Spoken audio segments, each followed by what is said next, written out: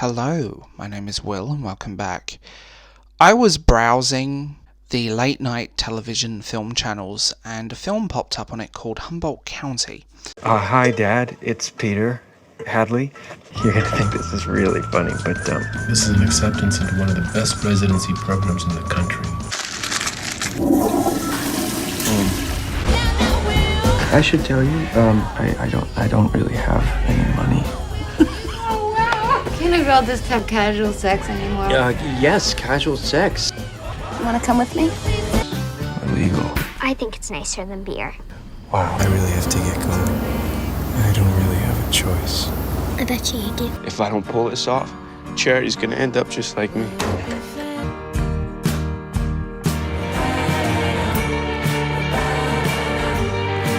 Are we sitting idly? I suppose. My father never let me sit idly. Must be a productive guy, your dad.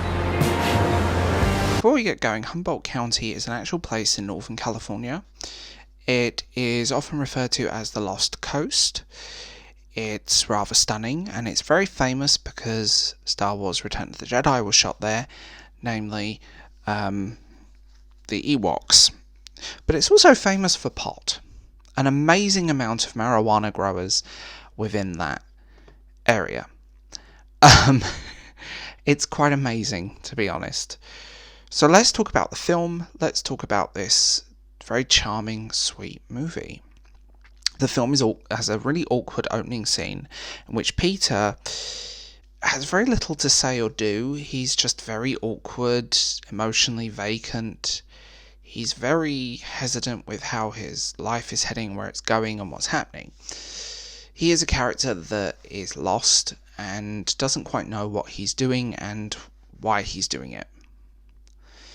He ends up meeting Bogart, who is named after the phrase to Bogart the joints, played by Fairuza Balk. Now, Fairuza Balk is one of my favourite actresses. She is phenomenal, and I love her. She's not in this film much, but when she is in the film, she does it brilliantly. And she's just this very fun, quirky character, and I really enjoyed that. He ends up going to bed with her, and he ends up just randomly accompanying her on this after sex car ride.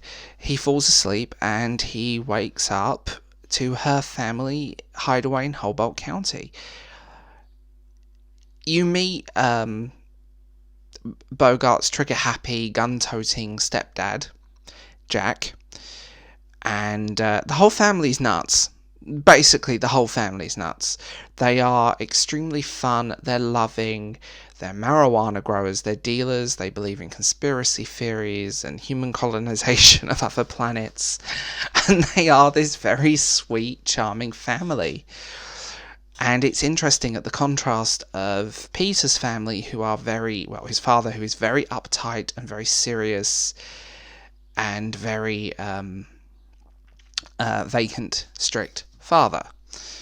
On the other side of it, the contrast is hilarious because, he ends up staying there. He ends up kind of getting trapped there, and he begins to get close to the other family. They accept and kind of adopt him. He finds comfort in doing normal things under normal circumstances he would never done. He smokes marijuana, he dances in the dark, he pees in the woods, he initiates a bar fight, he runs from from police and the law, and he ends up forges a friendship with their son Max, played by Dr. Danny from the Mindy Project. Now, Chris is a phenomenal actor and someone I genuinely like, and he really shines in a lot of indie films. He's basically a would-be criminal who has their daughter, and their friendship eventually falters, and when Peter is suddenly put into danger, there's a thrilling showdown that involves a chase down with some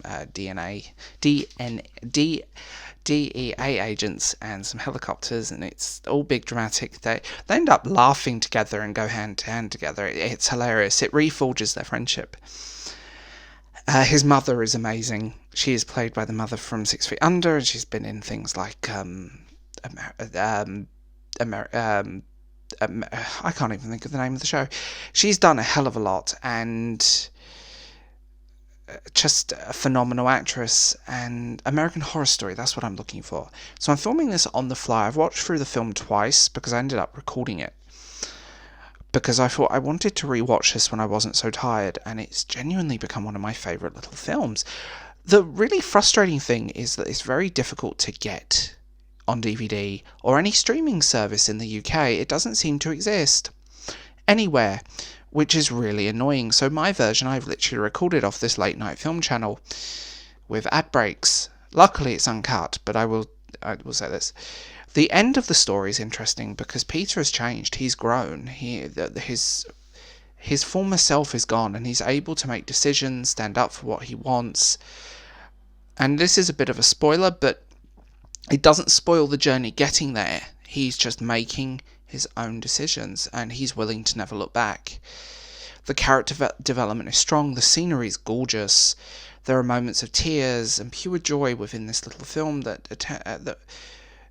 which are completely pure. It's not a laugh out loud in your face comedy. It's subtle, it's warm, it's friendly, and sometimes there's a great quote that I read from another that was on, I think it was IMDb or one of them, because I was having a Google and it kind of stuck out in my head. It's a subtle, warm to the heart, serves as a friendly but important reminder that when faced with a fork in the road, run for the woods instead. It's an absolutely charming, brilliant little film, and I'm so glad that I got to watch it.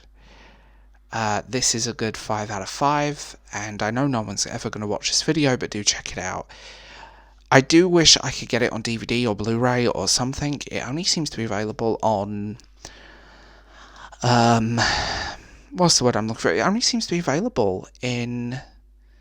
anywhere in America, and it's really annoying. The sound mix is gorgeous. The soundtrack has a handful of songs. A couple you'd recognise, a couple you wouldn't. It's in a stand. It has this really nice use, because it came through in 2.2 audio, but apparently it has this nice use of surround sound. And it has this slightly aged aesthetic to the film. Everything's in warm glow, soft colours, and it's a gorgeous film. As always, tell me what you think in the comments below. My name is Will, and I will be back with you later.